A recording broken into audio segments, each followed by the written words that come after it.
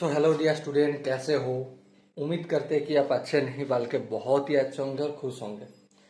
So dear student, I hope आपके screen के ऊपर एक सवाल दिखाई दे रहा है ना। इस सवाल को मैंने क्लास 10 का एक चैप्टर है जीएसटी यानी कि गुड्स एंड सर्विस टैक्सेस, इस चैप्टर से मैंने उठाया। ओके, इस सवाल का जो सॉल्यूशन है मैं और आप दोनों मिलके करने वाला हूं। ठीक है, तो करने से पहले हम दो काम कर लेंगे। पहला काम क्या है? पहला, हम ध्यानपूर्वक इस सवाल को अध्ययन यानी कि पढ़ लेंगे। ओके, और दूसरा है ये जो राफ वॉक है, राफ पेपर है, इस राफ पेपर में सारे चीज लिखने वाला हूं। क्या लिखने वाला हूं? जो हमें इस सवाल को पढ़ने के बाद समझ में आया। ओके, तो चलो टाइम को वेस्ट ना करते हुए आज का जो सवाल है एक बार पढ़ लेते हैं बेहतर तरीके से। A shopkeeper in Delhi buy an article at the printed price of 24,000 from a wholesaler in Mumbai. मतलब क्या है? दिल्ली का एक शॉपकीपर है जिन्होंने एक आर्टिकल खरीदा प्रिंटेड प्राइस में, और किन से खरीदा? होलसेलर से। कहाँ घर है उनका? मुंबई में। और कितने रुपए में खरीदा? 24,000 रुपए में खरीदा। ओके, नेक्स्ट क्या बात बताया गया है? The shopkeeper sell the article to the consumer in Delhi. Shopkeeper ने दिल्ली का ही एक कंज्यूमर को वो बेच दिया at a profit of 15% on the basic cost price. जो बेसिक कॉस्ट प्राइस था ना, उसके ऊपर 15% प्रॉफिट रखा और रखने के बाद बेच दिया। If the rate of GST is 12%, अगर जीएसटी का रेट 12% है, the price inclusive of tax under GST at which the shopkeeper bought the article। Article खरीदने के लिए शॉपकीपर को कितने रुपया देना हुआ टैक्स सहित, वो निकालना है। ओके, दूसरा सवाल है the amount which the consumer पे फॉर द आर्टिकल। कंज्यूमर ने वो आर्टिकल खरीदने के लिए कितना रुपया दिया, ये भी निकालना है। हाँ बिल्कुल। नेक्स्ट तीसरा सवाल क्या है? The amount of tax under GST received by state government of Delhi। Delhi का स्टेट गवर्नमेंट कितना टैक्स रिसीव किया। Okay, the amount of tax under GST receive by central government. Central government ने कितना टैक्स रिसीव किया, ये सारा चीज मैं और आप दोनों सॉल्यूशन करेंगे। तो मैंने क्या किया? ध्यानपूर्वक एक बार तो पढ़ लिया। हाँ, पढ़ लिया। तो अब हमारा काम क्या रहेगा? हमारा एक ही काम है। क्या? ये जो राफ वर्क बनाना है। क्या करना है? Rough work. तो चलो टाइम को वेस्ट क्यों करें, राफ वर्क बना लेते हैं जल्दी जल्दी। ठीक है, सबसे पहले देखो शॉपकीपर, यहाँ पे मैं शॉपकीपर लिख लेता हूं। शॉपकीपर। ओके, शॉपकीपर ने प्रोडक्ट को किसको बेचा? कंज्यूमर को बेचा। और शॉपकीपर ने किन से प्रोडक्ट खरीदा? होलसेलर से प्रोडक्ट खरीदा। ठीक है, होलसेलर का घर कहां है? होलसेलर का घर मुंबई, एम लिख रहा हूं। और शॉपकीपर का घर कहां है? Delhi, D for Delhi. और कंज्यूमर कहां का है? दिल्ली का है। इतना समझ में आया? हाँ समझ में आया। यहां पे देखो, इतनी छोटी सी बातों से हमें क्या क्या समझ आ रहा है, ये भी एक बार थोड़ा नाप तोल के देख लेते हैं। ठीक है, देखो होलसेलर, शॉपकीपर। होलसेलर कहाँ का? मुंबई का। शॉपकीपर दिल्ली का। मतलब इन दोनों के बीच में जो ट्रांजैक्शन हो रहा है, बिजनेस हो रहा है, वो है इंटर स्टेट बिजनेस। ओके, और शॉपकीपर दिल्ली का, कंज्यूमर भी दिल्ली का। तो मतलब यहां पे क्या हो रहा है? Intra INTR, intra state business हो रहा है। ठीक है, अगर इंटर स्टेट बिजनेस हो रहा है तो इसका मतलब यहां पे IGST लागू होगा, IGST। और इंटर स्टेट बिजनेस हो रहा है, इसका मतलब CGST equal to SGST equal to half of GST होगा। ओके, इतना तो आई होप आपको समझ में आ ही गए होंगे।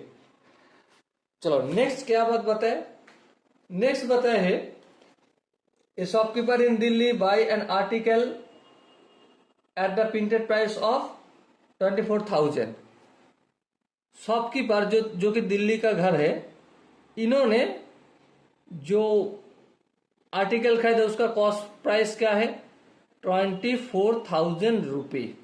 ओके, अगर शॉपकीपर ने खरीदा तो कोई ना कोई तो बेचा होगा। हाँ बिल्कुल, कौन बेचा, होलसेलर। कितने रुपए में बेचा, जितना कॉस्ट प्राइस है उतना ही सेलिंग प्राइस होगा। हाँ, सेलिंग प्राइस उतना ही होगा। और एक इंपॉर्टेंट बात है, यहां पे अभी तक टैक्स की हिसाब नहीं कर रहा हूं, टैक्स की बात हम बाद में कर लेंगे। ठीक है, चलो आगे बढ़ते हैं। शॉपकीपर ने आगे जाके किसको आर्टिकल बेचा, कंज्यूमर को। प्रॉफिट कितना रखा, प्रॉफिट रखा 15%। 15% किसके ऊपर, 24,000 के ऊपर। तो प्रॉफिट अगर 15% है, कैश में इसको कन्वर्ट करें तो कितना होगा, 24,000 मल्टीप्लाइड बाय 15/100। A0 को साथ, इस 0 को काट दो। हाँ, 15 0 से मल्टीपल करे 0, 15 और 4 से मल्टीपल करे तो 60, 60 का 0, 15 2 से मल्टीपल करे तो 30, 30 और 6 था, 36 हो गया। तो प्रॉफिट कितना किया, 36,000 रुपया प्रॉफिट किया। तो सोचो एक बार,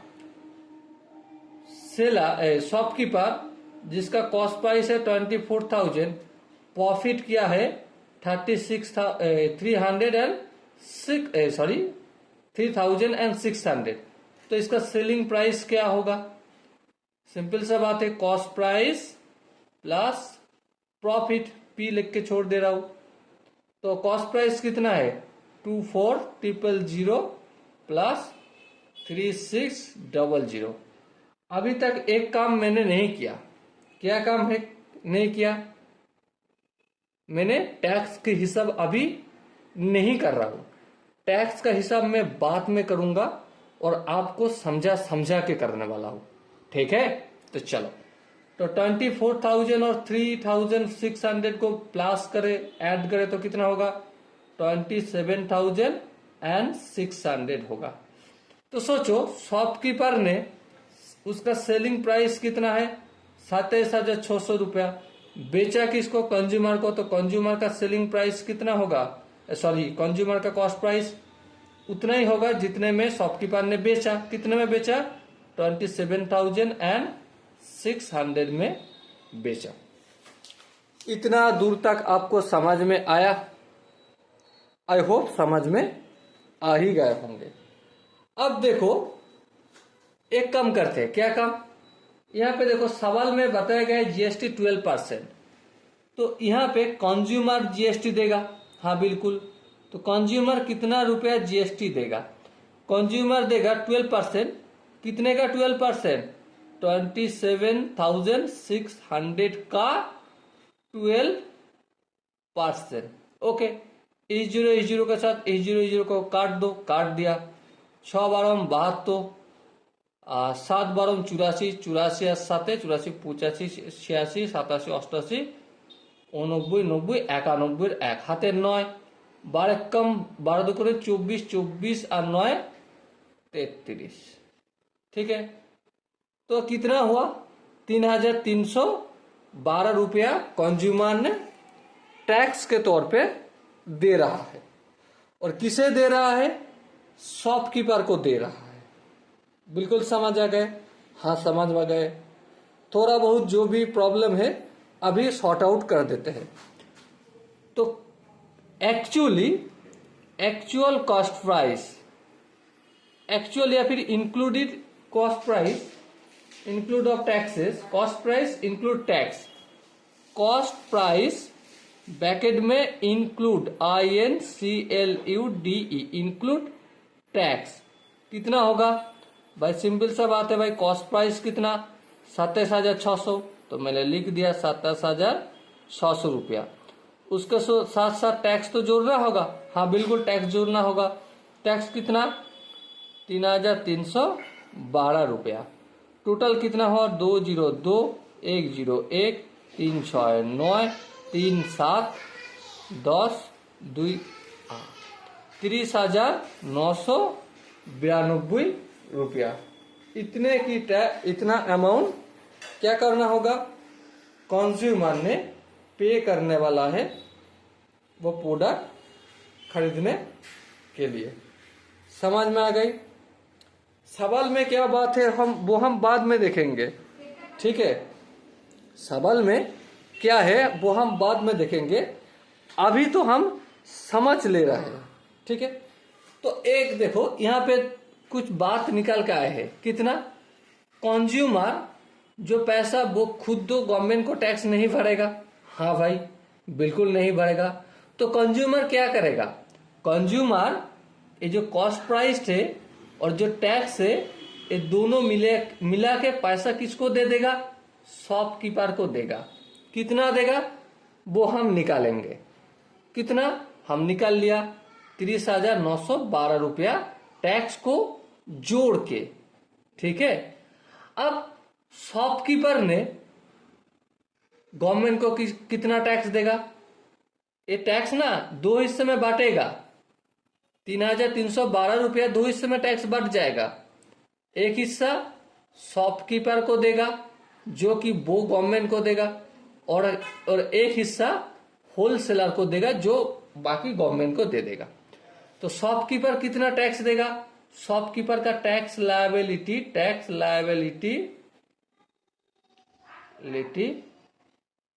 भाई प्रॉफिट कितना है? 36,000 का 12%। 0 काट दो भाई। प्रॉफिट का ही टैक्स देगा शॉपकीपर, प्रॉफिट का ही टैक्स देगा, ठीक है, गवर्नमेंट को। बाकी जो टैक्स है 24,000 का, वो वाला टैक्स होलसेलर को दे देगा, होलसेलर गवर्नमेंट को देगा, ठीक है? तो कैलकुलेशन करें तो कितना होगा? 6 12 72, 3 12 36, 36 होते 37, 8 39 40, एक्चुअली 42 43, 432 रुपया टैक्स देगा गवर्नमेंट को, ठीक है? समझ में है? हाँ भाई समझ में आ गए। अगर यहां तक समझ में आ गए, आगे बढ़े? हाँ बिल्कुल आगे बढ़े। और आगे बढ़े तो एक चीज देखना होगा, क्या? शॉपकीपर ने कितना रुपया होलसेलर को दिया? हाँ वो भी तो देखना होगा। ध्यान से एक बार सोचो, क्या सोचना है भाई? भाई यहां पे देखो, शॉपकीपर 24,000 में प्रोडक्ट खरीद रहा है। हाँ तो 25,000 का GST होलसेलर को देगा, वो होलसेलर गवर्नमेंट को देगा, और 3,600 का GST शॉपकीपर ने खुद गवर्नमेंट को दे रहा है। ओके, तो चलो 24,000 का GST कितना होगा वो एक बार निकाल लेते हैं। 24,000 अपॉन 12% GST हुआ 12,000, 12 4 12 48, 12 2 24 8, तो कितना हुआ 2,880 रुपया होलसेलर ने टैक्स देगा गवर्नमेंट को, और शॉपकीपर ने 432 रुपया टैक्स देगा गवर्नमेंट को। और दोनों मिला के ए वाला टैक्स और ए वाला टैक्स दोनों मिला के आप खुद से कैलकुलेशन कर लीजिए, 3,312 रुपया होगा। ओके, अब बताओ जितना दूर तक मैंने राफ वॉक किया हूं क्या उतना आपको समझ में आया? अगर समझ में आ गए तो हम आगे बढ़ेंगे, वरना यही से दोबारा सीखेंगे, समझेंगे। ओके, आई होप आपको समझ में आ गए होंगे। अब सॉल्यूशन लिखना है। देखो, ऐसे अगर तुम एग्जाम में करके चले जाओ ना तो एक भी नंबर नहीं देगा। तो करना कैसे है, लिख लिख के करना है। ऐसे लिख लिख के करना है ताकि जो टीचर, जो एग्जामिनर आपका आंसर शीट देखने वाला है, उनको एकदम क्लियर हो जाना चाहिए कि हाँ, बंदे में हर चीज समझ है।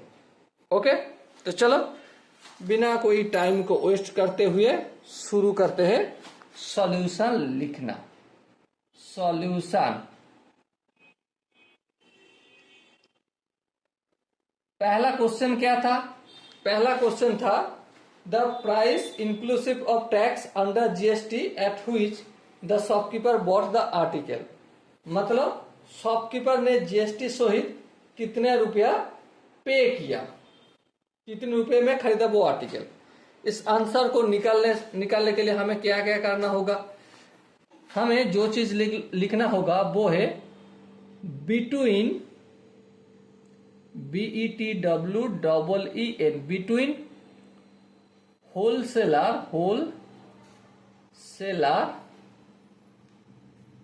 एंड शॉपकीपर,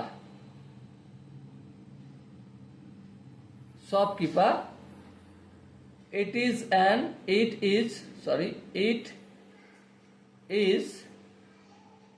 देखो, शॉपकीपर दिल्ली का है और हमारा होलसेलर है मुंबई का, तो मतलब इट इज एन इंटर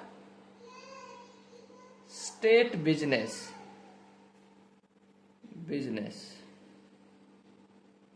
और इंटर स्टेट बिजनेस है, इसका मतलब rate of GST, rate of GST कितना? 12% इक्वल टू IGST, मतलब इंटीग्रेटेड जीएसटी 12% होगा इस दोनों के बीच में। ओके, और दूसरा क्या है? Between shopkeeper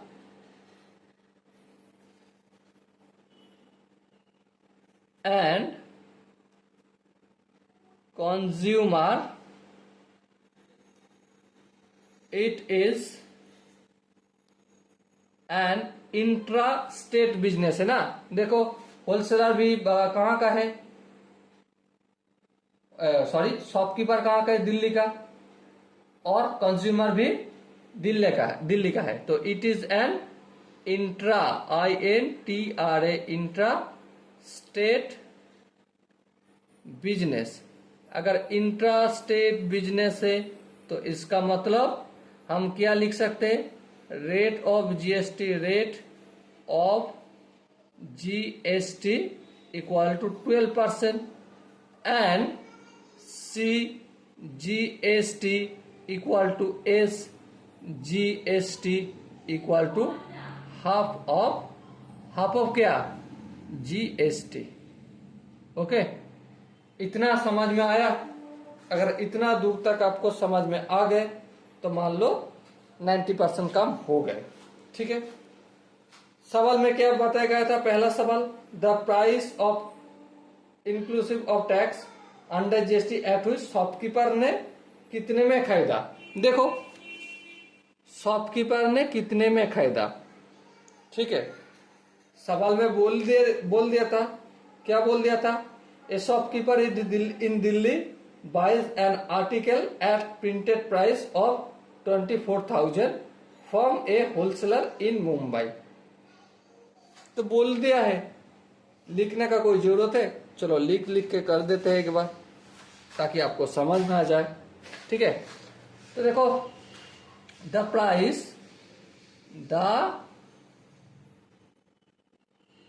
price inclusive, INCLUSIV, inclusive of tax, bracket में under GST, okay, at which at which the shopkeeper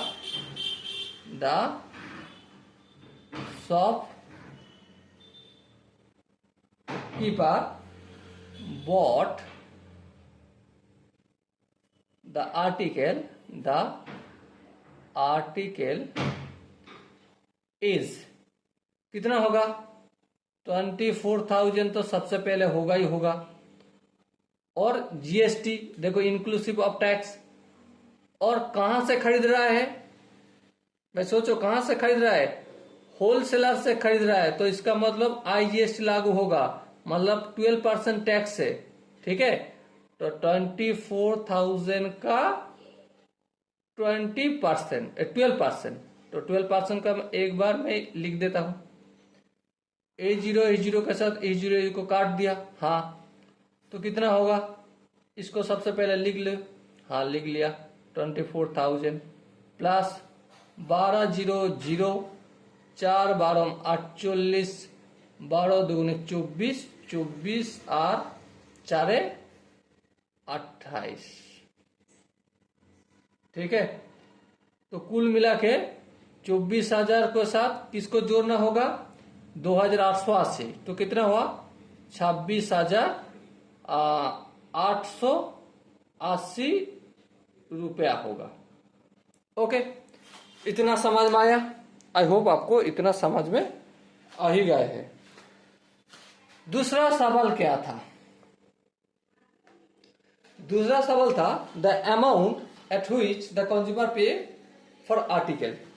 और ध्यान से एक बार सोचना है, क्या यहाँ पे इंक्लूसिव ऑफ टैक्स लिखा? नहीं लिखा। मतलब टैक्स को छोड़ के कितने रुपए में खरीदा, टैक्स को छोड़ के कितने रुपए में कंज्यूमर ने खरीदा। तो इस चीज के लिए हमें एक काम करना होगा, क्या? Profit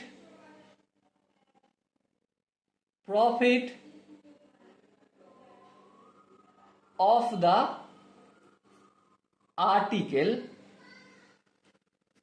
for shopkeeper.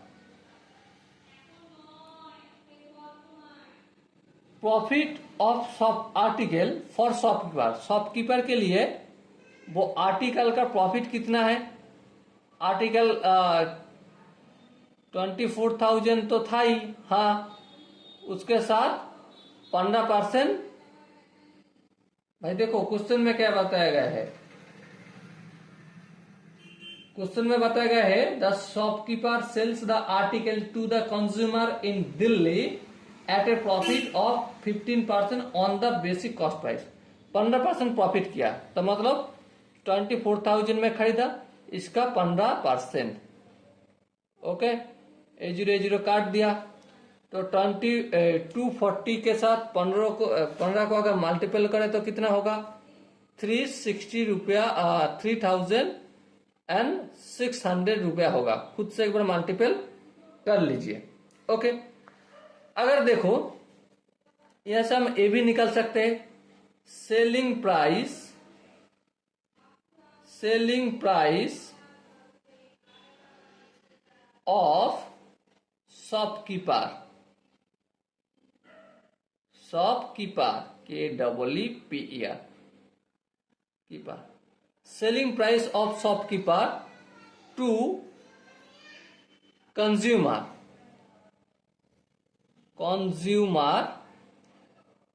इज कितना? Cost price plus profit. Cost price कितना? 24,000 में शॉपकीपर खरीदा, और प्रॉफिट कितना हुआ? 3,600। ये दोनों को हम ऐड करें तो कितना हो जाएगा? देखो 27,600 रुपया। ओके, और जितने में शॉपकीपर का सेलिंग प्राइस है उतना ही तो कंज्यूमर का उतने रुपए ही तो दिया है। तो हम ऐसे लिख सकते हैं द अमाउंट ब्रैकेट में एक्सक्लूडिंग टैक्स, टैक्स यहां पे कहीं पे उल्लेख नहीं किया, ठीक है, excluding tax the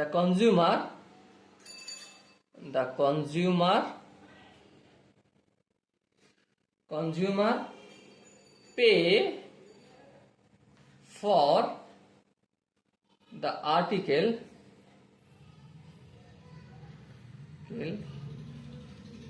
is selling price of shopkeeper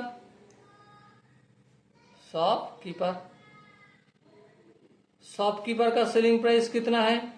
27,600। Okay, तो ये दूसरा आंसर निकल के आ गए। और तीसरा क्या सवाल है?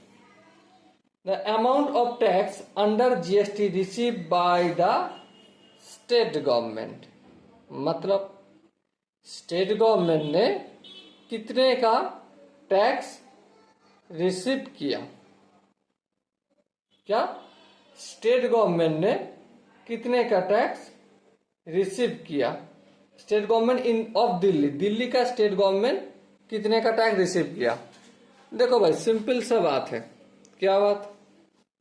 देखो, ध्यान पूर्वक, यहां पे शॉपकीपर टैक्स देगा। हाँ, स्टेट गवर्नमेंट को कौन टैक्स देगा? शॉपकीपर ही टैक्स देगा ना, दिल्ली का। दिल्ली, ये जो दिल्ली है, इस दिल्ली वाला गवर्नमेंट को कौन टैक्स देगा? शॉपकीपर देगा। हाँ बिल्कुल, अगर शॉपकीपर टैक्स देगा तो कितना देगा? उनका प्रॉफिट का 12%। हाँ, प्रॉफिट का 12% कितना है? 432 रुपीज। इसे हम लिखते कैसे है? तीसरा सवाल है, दिल्ली गवर्नमेंट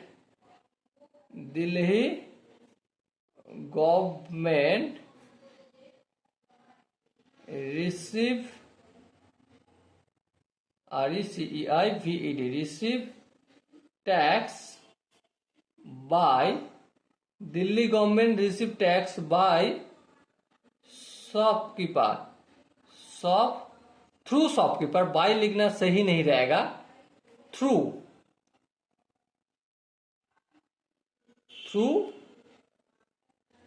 शॉपकीपर।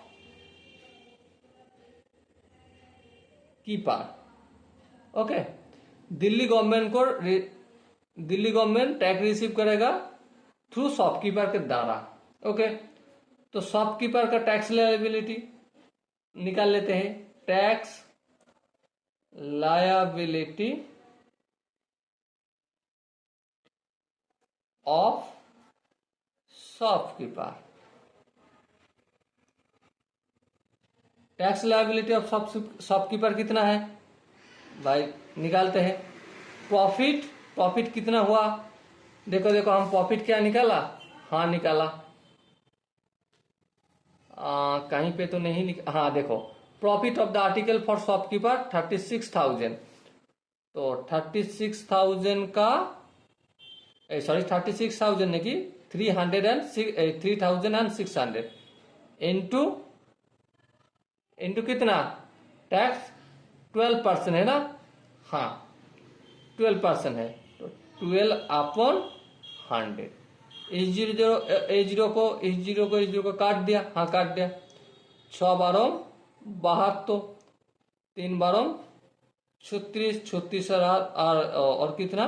7, 43। तो कितना रुपया टैक्स देगा? 432 रुपीज। ओके, तो आंसर हम कैसे लिख सकते हैं? The amount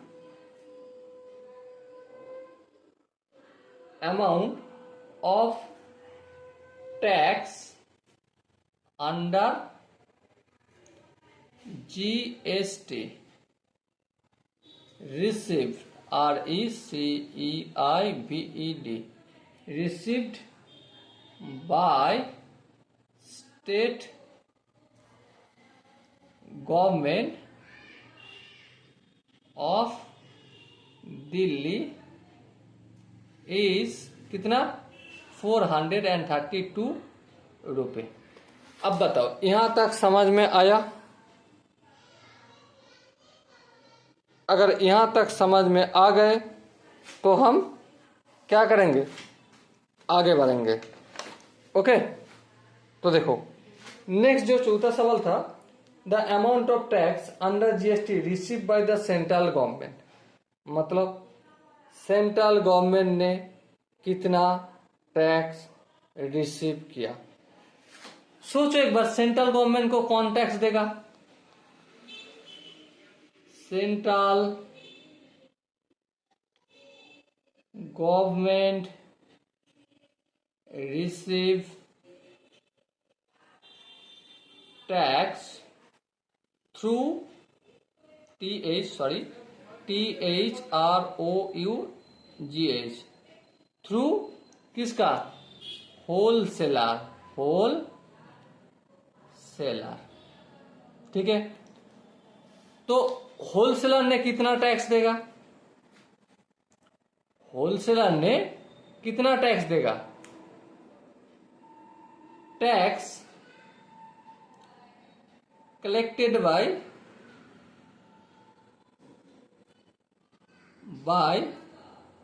wholesaler, tax collected by wholesaler from, किनसे कलेक्ट किया? फ्रॉम हमारा जो बीच में था शॉपकीपर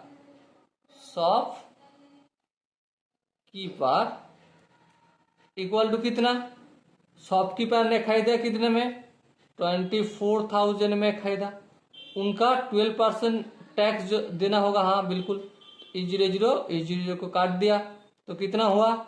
12,000, 4 12 48, 12 दूनी 24, 8 तो 2,880 रुपया। तो जितना होलसेलर ने टैक्स के रूप में कलेक्ट किया, tax collected by wholesaler from shopkeeper से जितना टैक्स कलेक्ट किया वही तो देगा सेंट्रल गवर्नमेंट को। हाँ, तो हम ऐसे आंसर लिख सकते हैं, the amount of tax bracket में under GST receive RECEIVED received by central government is कितना? इतना 2,880 रुपये। Okay, so dear student, I hope आपको पूरी तरीके से इस सवाल का आंसर समझ में आए होंगे। अगर किसी हिस्से पे अगर आपको दिक्कत लाए तो कमेंट में बताना। ओके, तो मिलते हैं अगला वीडियो में, तब तक के लिए बेस्ट ऑफ लक, जय हिंद।